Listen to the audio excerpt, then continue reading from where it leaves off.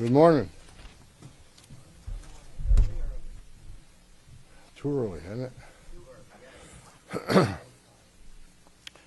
Look, I've been given talking points, and I don't like reading speeches, never have. But my chief of staff did put some stuff down here in writing just to make sure I don't miss anything. So I'm going to be reading a little bit, and then we're going to open up for questions. I've been on the ground less than 3 full days. I got in here Monday. President of the United States called me Monday morning and asked me to deploy here. Got here Monday evening, and I'm staying till the problem's gone. But we've made a lot of progress in the last 3 days. Marcos Charles, he's running ICE operations here. There you go. Rodney Scott, Commissioner of Customs and Border Protection, standing here beside me. Good morning, I'm Tom Homan, Border Czar for President Trump. I'm here on behalf of the President, along with U.S. Commissioner of U.S. Customs and Border Protection, Rodney Scott, and Marcos Charles, who's leading the enforcement effort here right now. I've been on the ground since Monday to regain law and order in the city beloved by many, and work together to remove threats from the community. During the past administration, we'll all remember, more than 10 million illegal aliens entered this nation. Many were national security threats, public safety threats. We can't remember over 2 million known gotaways. 2 million people who paid more to get away. Why? That should scare the hell out of everybody. President Trump promised American people, including the residents of Minnesota, that he would work to ensure our communities are safe. And with that, this administration has absolutely focused on identifying removal aliens that pose a public safety threat and national security threats. And the numbers prove it. The data proves it. In the past few days, I've met with Governor Walz, Attorney General Ellison, Mayor Fry, numerous police chiefs and sheriffs, and I have more to meet. I'll also be continuing the dialogue with business and religious leaders in partnership with Minnesota, your community leaders. I'll be meeting with them too because I want to hear what they have to say. In my meetings with folks so far, and most importantly, the governor and the AG, the Mayor Fry, we didn't agree on everything. I didn't expect to agree on anything. I've heard many people want to know why we're talking to people who they don't consider friends in administration. Bottom line is you can't fix problems if you don't have discussions. I didn't come to Minnesota for photo ops or headlines. You haven't seen me. I came here to seek solutions, and that's what we're going to do. And we've come a long way, and we got some good wins for the people of Minnesota, I think, and for the administration and for the safety and security of this city. One thing we did agree on, though, everybody I talked to agreed on, was that community safety is paramount. One thing we all agreed on was U.S. Immigration Customs Enforcement is a legitimate law enforcement agency that has a duty to enforce the laws enacted by Congress and keep this community safe. Like I've said many times for the last several years, even before this administration, jurisdictions that refuse to cooperate with federal immigration authorities are sanctuaries for criminals. Sanctuary cities are sanctuaries for criminals, and endangers the residents of the community. To be clear, we did not agree with Minnesota state and local officials that they would be involved in immigration enforcement. I didn't ask them to be immigration officers. I'm asking them to be cops working with the cops to help us take criminal aliens off the street. What we did agree upon is not to release public safety arrests back in the community, and they could be lawfully transferred to ICE. I'll speak more about that. I will highlight that the Minnesota State Prison System under the Department of Corrections have been honoring ICE detainers. And we appreciate that important collaboration, and we're going to expand upon that. That decision has made Minnesota safer, not only for residents of Minnesota, but the men and women of law enforcement. Not just ICE, all law enforcement. Rather than arresting the same public safety threat, significant public safety threat over and over again, they agree to work with us to identify those people and remove them. I'm also pleased to announce I had a very good meeting with Attorney General Ellison, and he has clarified for me that county jails may notify ICE of the release dates of criminal public safety risks so ICE can take custody of them upon the release from the jail. And let me tell you why that's important. I know people are a lot concerned about the manpower has been sent in law enforcement manpower. Look, I've said this many times before. I've said it for the last several years. Give us access to the illegal alien public safety threat and the safety and security of a jail. It's common sense. It's safer for the community, it's safer for the agent, and it's safer for the alien. Because anything can happen on a street arrest. It just makes common sense. And for the people that argue, well, we're a welcoming community because we want victims and witnesses of crime that are here illegally to feel safe to come to police without fear they're working with ICE, we're not going to talk to the victim and witness of crime.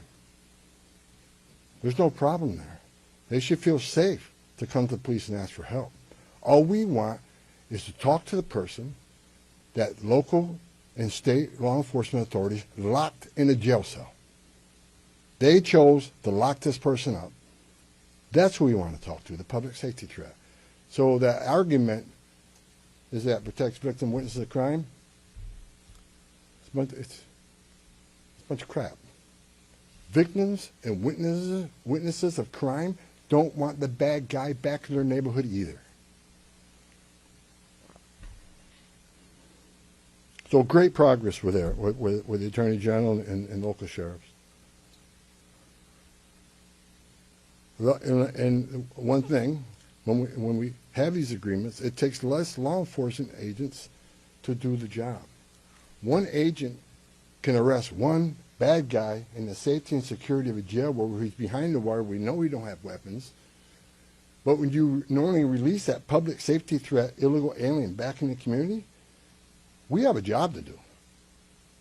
We're going to arrest him. So we're going to find him. And what happens is now we got to arrest somebody on his turf. We have access to who knows what weapons. Now we got to send the whole team out. Cover the back door, cover the front door, officer safety reasons. Then because of the hateful rhetoric and the attacks on ICE officers, now we got to send a security team behind the arrest team. So what could have been done with one person in a safety and security jail, now we got 15, 16 people out there doing it. I know that causes stress in the community. So if we get these agreements in place, that means less agents on the street. More agents in the jail means less agents in the street. This is common sense cooperation that allows us to draw down on the number of people we have here. Yes, I said it. Draw down the number of people here. Because we have the efficiency and safety of the jails and the prison. Matter of fact, I have staff from CBP and from ICE working on a draw-down plan. What does that look like based on the cooperation? What does that look like based on how many targets we have left to find? In my meetings with Governor Walz, AG Ellison, and Mayor Fry, as well as state and local law enforcement, again, I appreciate they all acknowledge that we do have federal immigration laws in this country that have been passed by Congress, and that ICE is in fact a legitimate law enforcement agency charged with enforcing those laws. We're not making this up, folks. ICE is enforcing laws enacted by Congress. They're a federal statute. That said, I'm not here because the federal government has carried this mission out perfectly. First thing I said to senior staff when I walked in here, That's what I told you earlier. I didn't come here looking for photo ops or headlines. I come here looking for solutions. I do not want to hear that everything that's been done here has been perfect. Nothing's ever perfect. Anything can be improved on. And what we've been working on is making this operation safer, more efficient, by the book. The mission is going to improve because of the changes we're making internally. No agency or organization is perfect. President Trump and I, along with others in the administration, have recognized that certain improvements could and should be made. That's exactly what I'm doing here. As such, in meetings I've had with federal law enforcement managers, including ICE and CBP and other federal partners, as well as state and local officials, I have conveyed the President's expectations with regard to federal immigration enforcement efforts. We will conduct targeted enforcement operations. Targeted. What we've done for decades. When we hit the streets, we know exactly who we're looking for. Good idea where we may find them. You have a criminal history. You have their immigration history. A lot of information about this person that we get from numerous databases out there. Targeted, strategic enforcement operations. That's traditionally been the case, and that's where we're going. That's what we're going to continue to do and improve upon that. With a prioritization on public safety threats. I want to be clear. I don't read a lot of social media. I don't read a lot of media. I don't believe half what I see. We are not surrendering the President's mission in immigration enforcement. Let's make that clear. Prioritization of criminal aliens doesn't mean that we forget about everybody else. That's just simply ridiculous. But when you have a criminal standing here and a non-criminal standing there, that criminal always should be targeted first because he's a significant concern to the safety and security of the community. By and large, for decades, ICE and CBP have carried out their duties with integrity, professionalism, and compassion. That remains the expectation of President Trump, and I will, hold our agents and officers to that standard. I'm almost done, then Tom can be Tom. As far as the agitators, that said, I want to reiterate and make very clear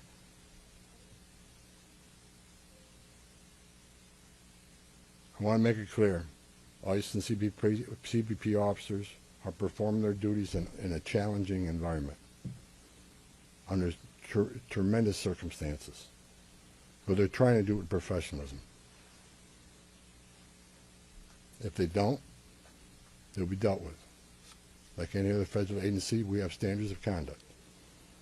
They are sworn law enforcement officers working tirelessly to enforce our country's border security and immigration laws, protecting the interests of our country and preventing dangerous people from walking the streets of this nation when they're not supposed to be here to begin with. Men and women of ICE, I was a Border Patrol agent. I was an ICE agent. I was the first ICE director that came up through the ranks. I spent over 40 years doing this. These men and women that carry that badge and gun are American patriots. They put themselves on the line for this nation every day. But I want you to remember, they don't hang their badge, they don't hang their heart on a hook every day they come to work. They're mothers and fathers too. They're sons and daughters too. And if they've seen a fraction of the tragedies I've seen in my career, they take a lot of damage home to every day. The things they've seen, especially on the border with Border Patrol agents. People drowning in the river. Women being raped by criminal cartels.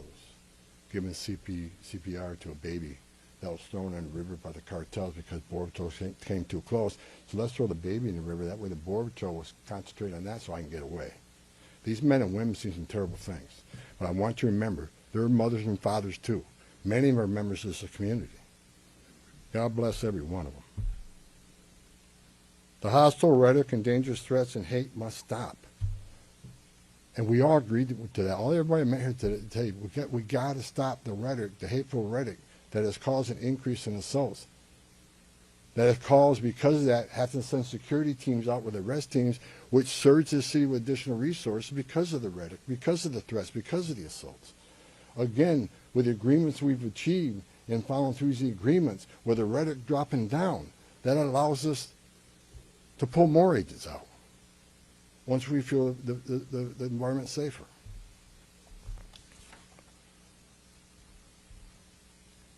I begged for the last 2 months on TV for the rhetoric to stop. I said in March, if the rhetoric didn't stop, there's going to be bloodshed. And there has been. I wish I wasn't right.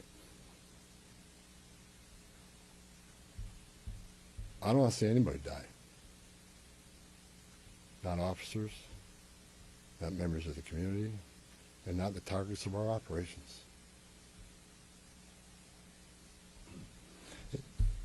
For the people out there who don't like what ICE is doing, if you want certain laws reformed, then take it up with Congress. Again, ICE is making this up. They're enforcing laws enacted by Congress and signed by the President. The same laws have been on the books for the last 6 presidents I worked for. I started with President Reagan and ending with President Trump. Every administration, we enforce the same laws. If you don't like what ICE is doing, instead of protesting this building, go protest Congress. Tell me you want changes. You have your First Amendment rights, I support that. You have the right to protest. I'm just asking you to keep it peaceful. But threatening law enforcement officers, engaging in impeding and obstruction and assault is never okay. And there will be zero tolerance.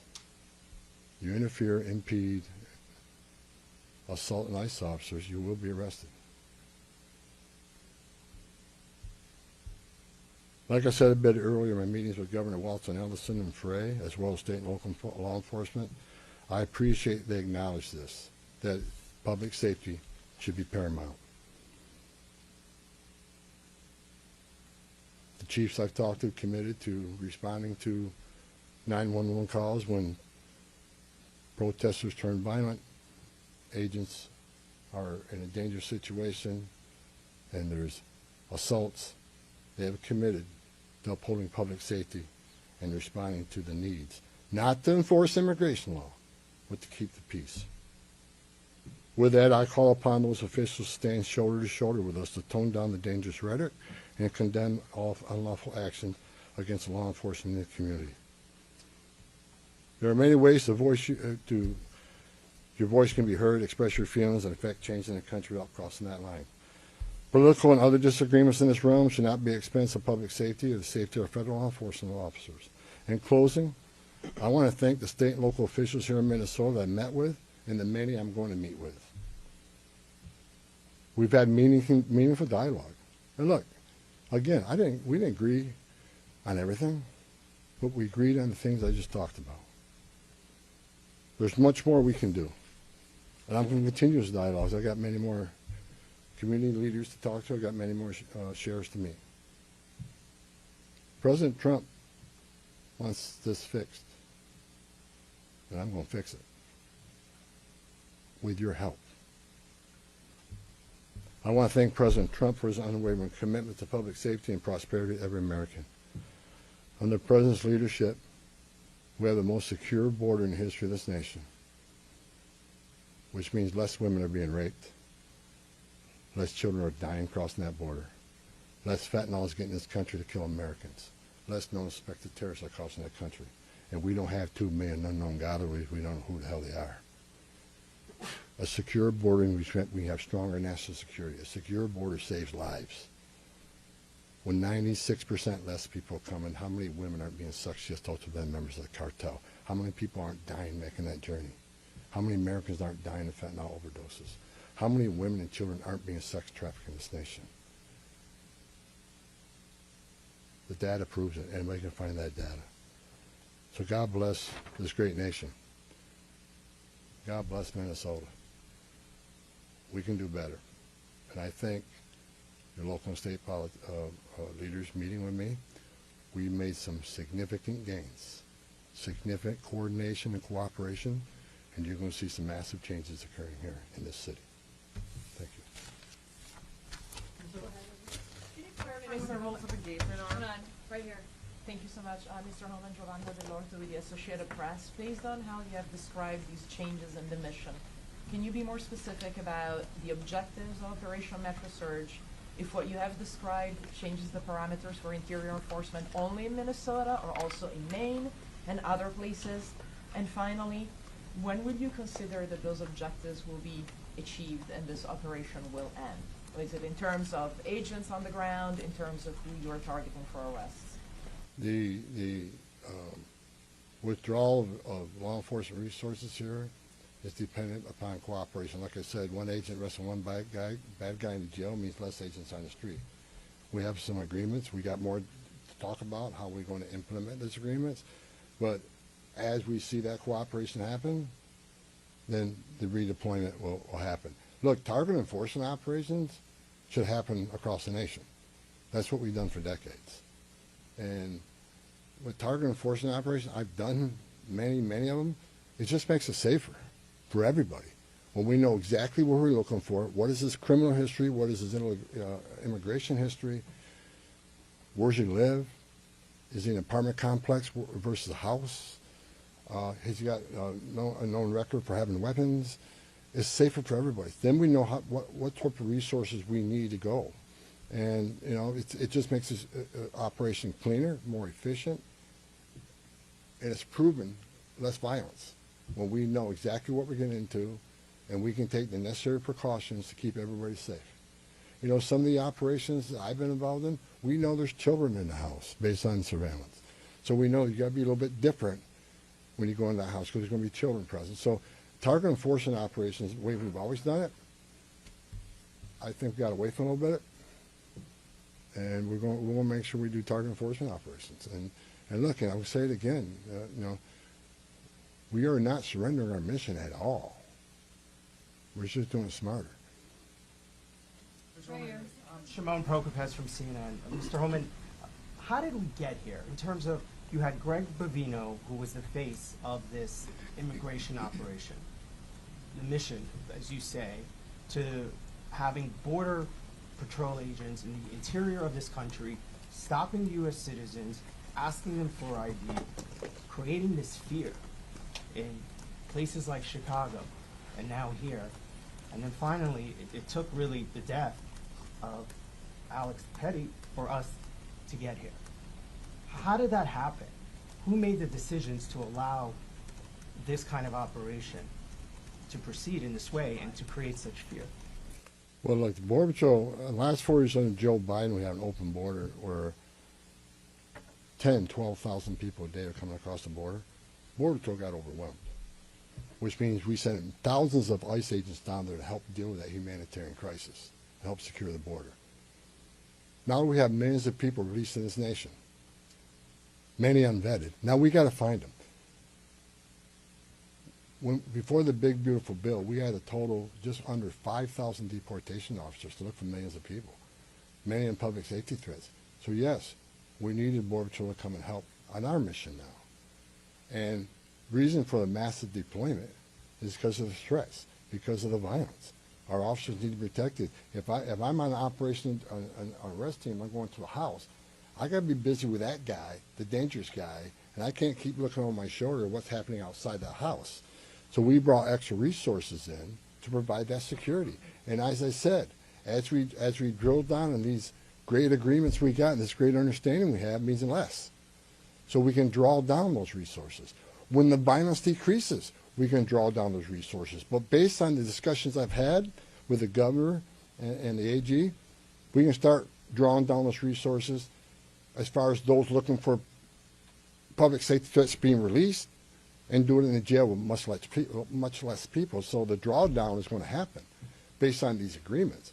But the drawdown can happen even more if the hateful rhetoric and the impediment and interference will stop.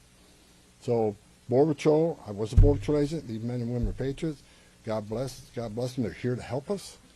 And the drawdown will come soon, depending on when this actually, I see this in play.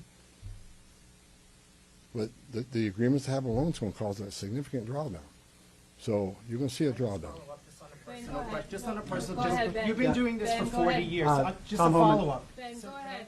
No, no. First off, Ben Burkbaum, Real America's Voice News. On behalf of the American people, I just want to say thank you to you and to all of the agents that are putting their lives on the line to go after the people that were allowed in the last administration. We watched that happen in the media, the honest media, covered up by many of the media that are behind me. We want to say thank you, and to all the men and women that are out there.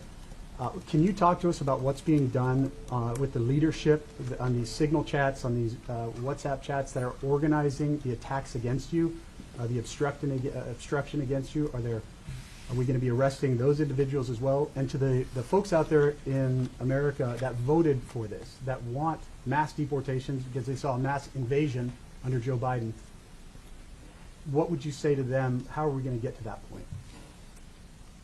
Well, first of all, about the organization and the funding of the attacks on ICE.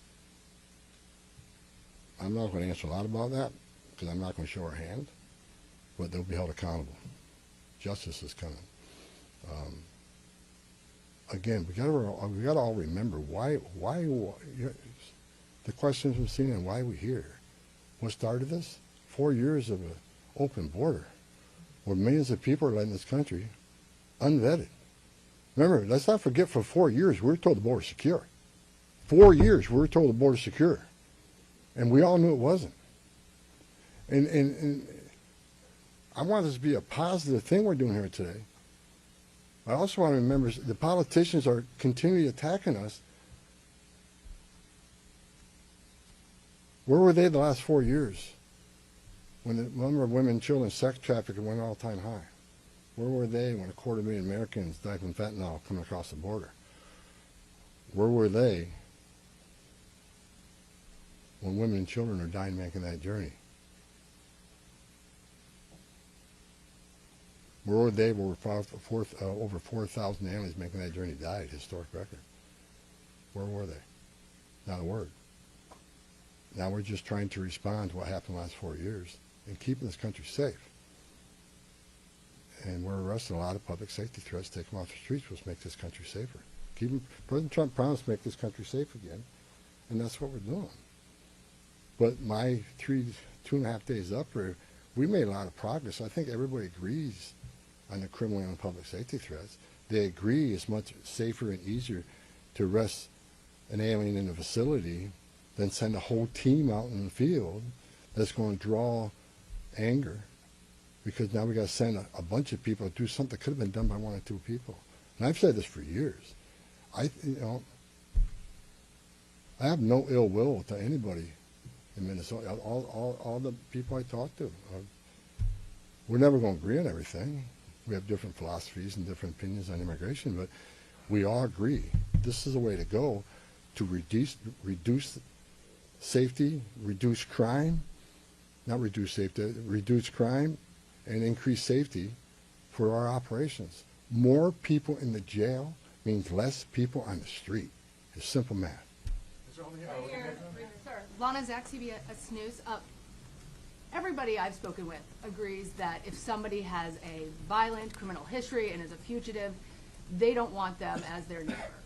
But when you're talking about a targeted operation, and are you talking about targeting people whose crime is coming to this country, or is it a more specific definition now? All operations will be targeted, but the prioritization are going to be criminal aliens, public safety threats, and national security threats.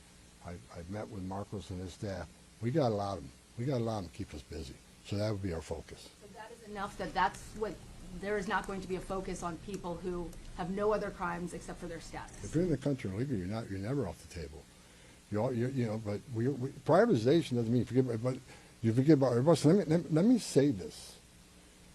If the message we send is you can enter this country illegally, it's a crime, don't worry about it. You can have your due process, show up in court, not show up in court, get ordered removed, don't worry about it. Unless you commit a serious crime, you're good to go. If that's the message we send to the world, you're never going to fix this problem. The most vulnerable people in the world will make that dangerous journey like they did under the Joe Biden administration. Over 4,000 aliens died making that journey. And again, a significant increase in sex trafficking. Because when they did that and opened those borders up saying, we're not going to detain you, we're going to give you free health care, we're going to fly you to the city of your choice, put you in a free hotel room, give you 3 meals a day, and give you work authorization, we're just going to bring you in. And when they did that, they sent a message to the whole world, you can come and do this. And what happened? They overwhelmed the men and women of the Border Patrol, where many days 70% of agents were pulled off that line. 70%. You don't think the criminal cartels had a field day with that? They created gaps for the cartels to do their activity. And that's why you've seen the rise in fentanyl overdose. That's why you saw the rise in sex trafficking. The 2 million plus known gotaways, why did they pay more to get away? Why didn't they pay less, turn yourself in, get released within 24 hours? You get a free airline ticket to the city of your choice. We're going to give you a free hotel room, and we'll give you free food and free medical care. And you're going to get work authorization in 6 months. Why did 2 million people choose to pay more not to take advantage of that giveaway program? They didn't want to be vetted. They didn't want to be fingerprinted. That scares the hell out of me. And it does still. The Trump administration with ICE and Secretary Noem and Marco Rubio and the intelligence community, Tulsi Gabbard, we're all working together to try to identify who these people are. And we've already found many of them. But it's hard work to do. But there are national security threats walking this nation because of the last administration. And they are one of our main priorities, too. Thank you. Can you please be specific about how many ICE and how many Border Patrol agents are currently operating in the state? I think we're near 3,000. There's been some rotations. Another thing I witnessed when I came here, I'll share this with you. I met with a lot of people, a lot of the agents. They've been in theater. Some of these people have been in theater for 8 months. So there's going to be rotations of personnel. Hopefully less now that we have some agreements. Maybe we can make it more efficient and safe. But they've been in theater a long time. And so, there's rotations happen all the time to get people out here and go home, get some rest and see their families. Day after day, can't eat in restaurants, day after day, having people spit on you and blow whistles at you, day after day, having all these threats at you, day after day, having people trying to interfere with you, day after day, they're human. So, we've got to rotate these people, and we've already rotated some, but my main focus now is drawdown based upon the great conversations I've had with your state and local leaders. Again, I'm not a fool. I'm not walking away without seeing this put in place, but I take the word of the people I met with. I think they're honest, and I think they're good brokers, that they want public safety protected, and they also want what's happening in the city to go away. And that's my goal. Last question in the back. Muller Newsmax. The new video of Alex Preddy is now circulating. Your reaction to that, and do you think law enforcement could have played a role if, like, let's say Minneapolis police were able to respond to that? Have those top law enforcement officials said they'll help or do anything to help these agents who are out here? I'm not going to comment on any of these shootings. I said from day one, I said on any of these shootings, as a career law enforcement officer, we'll let the investigation roll out, let the investigation play out, and let it go where it goes. I'm not going to come out and make any comments that I think is right, wrong. Do I have an opinion? Yeah, my personal opinion, but I'm not going to share that with you. I'm going to tell you, let the investigation play out and see where it goes. But again, the president, one of the words he said to me when I came up here, he said he didn't want to see anybody die. The less interference, the less rhetoric, the less, I have buried Border Patrol agents and I buried ICE agents throughout my career, and the saddest thing I've ever done is hand a folded flag to a wife or a child. I don't want to see anybody die, even the people we're looking for. I don't want to see anybody die. And despite what people think of Tom Homan, I say a prayer every night that everybody goes home safe. This isn't good. But I think my conversations the last 2.5 days are leading us to a safer community, letting ICE officers operate in the safety and security of a jail more than on the street. I think anybody here with common sense would say it's safer to arrest a public safety threat and the safety and security of a jail. And let me tell you, what is that going to result in? Less collateral arrests. When we go find that bad guy, when we find that bad guy, many times it's with others. Well, guess what? They're in the country illegally. We're going to enforce immigration law. They're coming too. You want less collateral arrest? Less in the jail. But we're going to enforce immigration law. For the people to say we're here to surrender our authority and the mission of enforcing immigration law, you are wrong. We're going to do targeted enforcement operations, and we're going to prioritize the public safety threats and national security threats. That is what we're here to do. Sir, no more questions. No more questions, guys. Thank you.